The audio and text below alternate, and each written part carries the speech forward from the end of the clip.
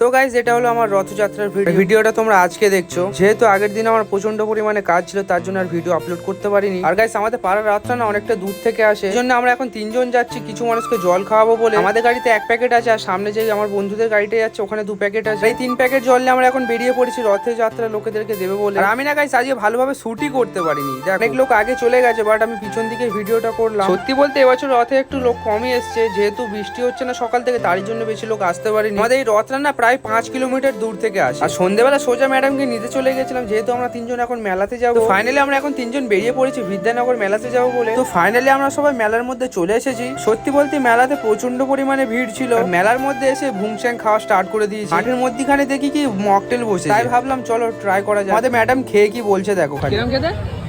বিয়ারের মধ্যে এটা শুনতেই বাকি ছিল। তারপর আরো বেশ কিছুক্ষণ মেলার মধ্যে ঘোরাঘুরি করে নিয়ে আবার বাড়ির জন্য কিছু মেলা থেকে কিনে নিয়ে বাড়ির দিকে রওনা দিয়ে দিই। চলো বাই। আর চ্যানেলটাকে করো তোমরা সাবস্ক্রাইব।